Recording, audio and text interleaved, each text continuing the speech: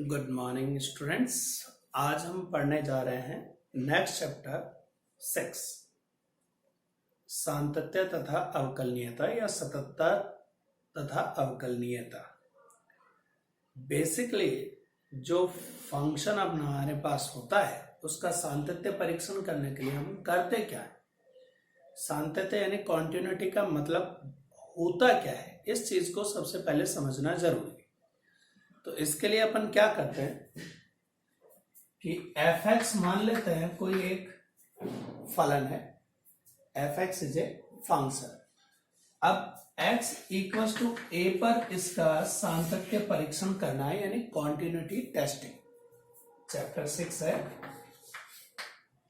Continuity अपना पहला topic है। सातत्य इसकी बात कर रहे हैं, परीक्षण। तो सातत्य परीक्षण करने के लिए अपन करते क्या है बेसिकली। तो कॉन्टिन्यूटी टेस्टिंग में क्या चीज चल रही है वो देखें कि यदि इस f(x) का मान x इक्वल टू a पर सुपरिभाषित किया जा सके यानी ज्ञात किया जा सके तो लिमिट का यानी सीमा का अस्तित्व होता है, ये अपन जानते हैं। और सीमाएं दो तरह की होती है। Limits are two types, LHL यानी बाईं सीमा और RHL यानी दाईं सीमा। ये हमने 11th क्लास में सीखा था। तो सबसे पहले तो इन दोनों का मान निकालना होता है इस पॉइंट के ऊपर। बाईं सीमा निकालने का तरीका अपना था limit h tends to 0 f a minus h, जहां a वो बिंदु जिस पर हमें परीक्षण करना है और h एक बहुत ही अल्प राशि, बहुत छोटी राशि है। और दाईं सीमा निकालने का फॉर्मूला अपना हुआ करता था एफ ए प्लस एच। ये दाईं सीमा का वैल्यू, ये दोनों वैल्यू निकालें और खुद उस बिंदु पर इस फलन का मान भी डायरेक्ट निकालें। H x equals to a f x equals to f a. तो अब ये तीन राशियां हैं आपके पास। You have 3 equations। यदि इन तीनों राशियों के मान बराबर आ जाते हैं तो हम ये कहते हैं कि इस बिंदु पर x इक्वल्स टू a पर दिया गया फलन सतत है। यदि f a माइनस h की वैल्यू और f a प्लस h की वैल्यू एफ ए के इक्वल आ जाती है, यानी ये तीनों मान बराबर आ जाते हैं, बाईं सीमा, दाईं सीमा और उस बिंदु पर फलन का मान, तीनों मान बराबर आ जाते हैं, तो हम कहते हैं कि दिया गया फलन सतत है इस बिंदु पर x इक्वल्स टू a पर। ये इसका परिभाषित करने का तरीका या पता करने का तरीका कि दिया गया फलन सतत है या नहीं। अब इस चीज के लिए कॉसी ने भी एक परिभाषा दी थी। कुछ उसे कोची बोलते हैं, कुछ उसे कॉसी बोलते हैं। अब वो परिभाषा क्या थी वो भी देखते हैं।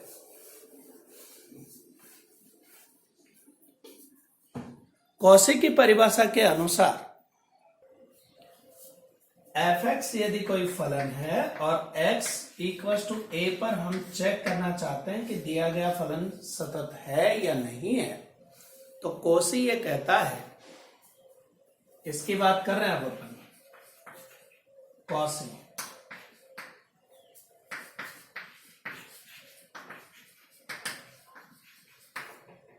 कॉसी की परिभाषा, कॉसीज डेफिनेशन, कॉसी की परिभाषा कि x बराबर a पर f(x) सतत कहलाएगा यदि किसी अल्प राशि एप्सिलॉन इज ग्रेटर देन 0 के लिए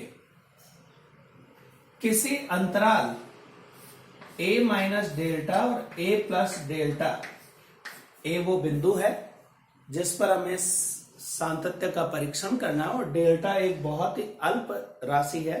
जैसे अभी मान लीजिए आपके पास ए की वैल्यू 2 है, तो डेल्टा हो जाएगा 0.001 टाइप की वैल्यू, बहुत छोटी राशि। तो 2 में से 0.001 घटाना हो तो ये, और 2 में 0.001 जोड़ना वो ये ए प्लस। तो इस अंतराल के अंदर, यानी किसी अल्प राशि एप्सिलॉन ग्रेटर देन 0 के लिए इस अंतराल के प्रत्येक बिंदु पर जो एफ एक्स है और सीधा x बराबर a इसमें रख दें तो उससे मिलेगा एफ ए।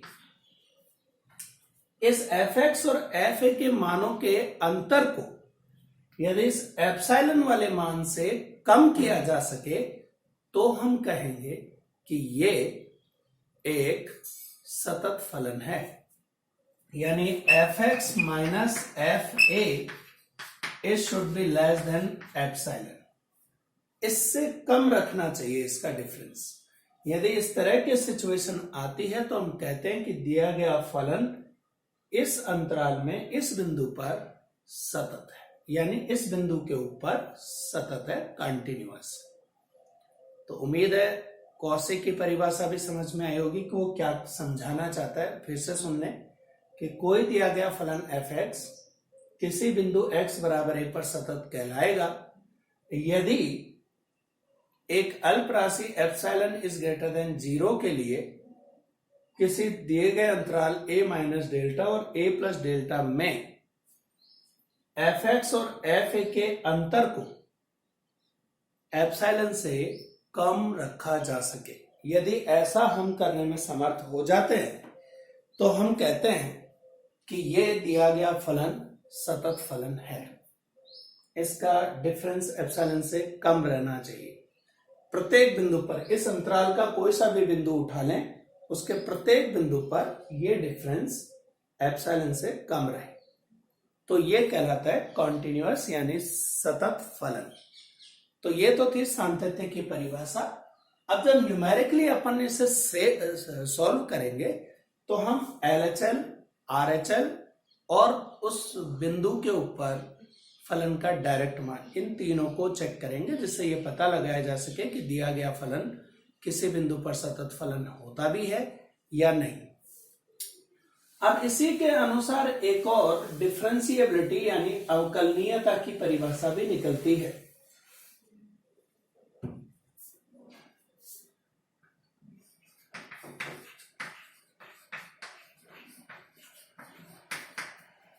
डिफरेंशिएबिलिटी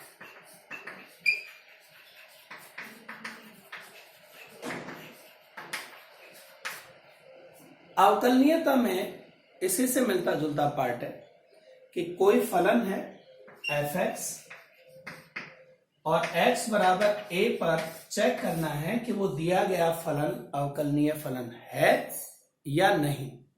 और इस चीज की जांच करने के लिए हम क्या करेंगे, दो चीजें निकालेंगे, LHD और RHD। यदि उस बिंदु के ऊपर इन दोनों के मान सेम हैं तो हम कहेंगे कि दिया गया फलन उस बिंदु पर अवकलनीय है, और यदि वो दोनों मान अलग अलग प्राप्त होते हैं तो हम कहते हैं कि दिया गया फलन उस बिंदु पर अवकलनीय नहीं है। यानी आपको दायां अवकलज और बायां अवकलज LHD और RHD दोनों निकालने होते हैं। कैसे निकालते हैं वो भी सुने। लेफ्ट हैंड डेरिवेटिव यानी बायां अवकलज, तो बायां अवकलज निकालने का जो अपना सूत्र चलता है वो चलता है limit h tends to 0 f a minus h minus f a upon minus h। इस फॉर्मूले को हम बोलते हैं बायां अवकलज। तो जो फलन हमें दिया हुआ होता है, फंक्शन हमारे पास एफ एक्स है, उसमें पहले जिस बिंदु पर चेक करना है ए पर, उसमें से h माइनस करते हुए डायरेक्ट इसमें वैल्यू पुट कर दो। जैसे एफ एक्स बराबर 2x प्लस 3 है और x इक्वल टू 1 पर चेक करना है तो यहां लिख देंगे 2 ब्रैकेट 1 माइनस एच प्लस 3। ये इसका मतलब एफ ए माइनस एच। तो एफ ए माइनस एच में फिर एफ ए यानी ये पॉइंट सीधा इस एफ एक्स में रख दो, उसका जो मान बनेगा वो यहां लिखो, नीचे माइनस एच। और ऐसे ही आर एस डी निकालते हैं, जैसे हम दायां अवकलज बोलते हैं, यानी limit h tends to 0 f a plus h minus f a upon h. ये जो चीज है इसे हम राइट हैंड डेरिवेटिव यानी दायां अवकलज कहते हैं। और जब ये दायां अवकलज और बायां अवकलज दोनों मान बराबर पाए जाते हैं, एलएसडी और आरएसडी, ये दोनों मान यदि बराबर होते हैं तो हम ये बोलते हैं कि उस बिंदु पर x बराबर a पर दिया गया फलन अवकलनीय है। ये इसका तरीका, सिस्टम है। और जो ये फॉर्मूला दिखाई दे रहा है इसी को अपन फर्स्ट प्रिंसिपल मेथड यानी प्रथम सिद्धांत से अवकलन करना भी कहते हैं। यानी ये बनता कैसे है उसकी भी बात कर लें। h की जगह आप डेल एक्स भी यूज कर सकते हैं, जैसे f a plus del x minus f a upon del x. तब यहां अपन h की जगह लिखते हैं डेल एक्स टेंड्स टू 0। यानी वो किस तरह से होता है वो भी दिखाता हूं मैं।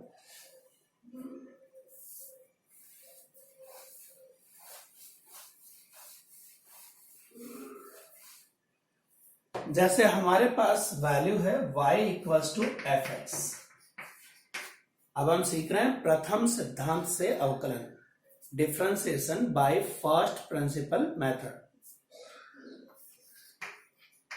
प्रथम सिद्धांत से अवकलन है, उसका पूरा प्रोसेस क्या चलेगा वो सिस्टम बता रहा हूं। तो y equals to f x. अब दोनों साइड में अल्प राशि, इसमें y में डेल y और x में डेल x जोड़ दीजिए, ऐड कर दिया है, इधर डेल y इधर डेल x। अब इस सेकंड रिजल्ट में से फर्स्ट रिजल्ट को माइनस कर दीजिए, यानी y plus del y minus y और इधर f x plus del x minus f x. ये इस तरह से माइनस कर, अब दोनों ही तरफ डेल एक्स का डिवाइड कर दे, भाग दे। तो मैंने यहाँ डेल, ये y से तो y कट गया तो del y upon del x लिख दिया, और इधर f x plus del x minus f x upon del x कर। अब limit delta x tends to 0 कर दीजिए, limit del x tends to 0। तो यहाँ del y upon del x, इधर भी limit del x tends to 0 f x plus del x minus f x upon del x. ये इस तरह से लिख दिया। ये चीज कहलाती है dy बाई डी एक्स, इसे बोलते हैं dy बाई डी एक्स। और ये जो इधर बना limit del x tends to 0 f x plus del x minus f x upon del x.